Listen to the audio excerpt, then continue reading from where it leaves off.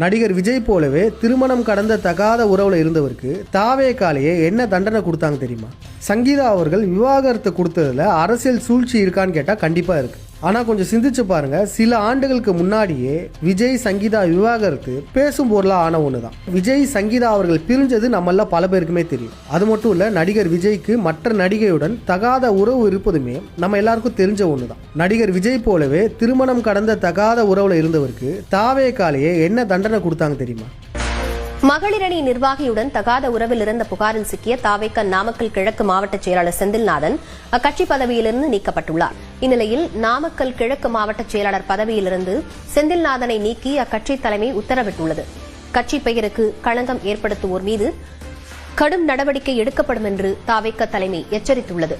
இந்த சம்பவம் தொடர்பாக செந்தில்நாதனை தொடர்பு கொண்டு கேட்டபோது கட்சி பெயரும் தனது பெயரையும் கெடுப்பதற்காக சிலர் முயற்சிப்பதாக குற்றம் சாட்டினார்.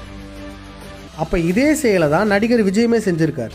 இதற்கு பின்னாடி பல அரசியல் சூழ்ச்சிகள் இருந்தாலுமே நடிகர் விஜய் ஒழுக்கங்கெட்டவராக தான் இருந்திருக்காரு. நடிகர் விஜயுடைய அந்த ஒழுக்கங்கெட்ட செயல் போலவே நம்ம வீட்டில் யாராச்சும் செஞ்சிருந்தா நம்ம என்ன பண்ணியிருப்போம்?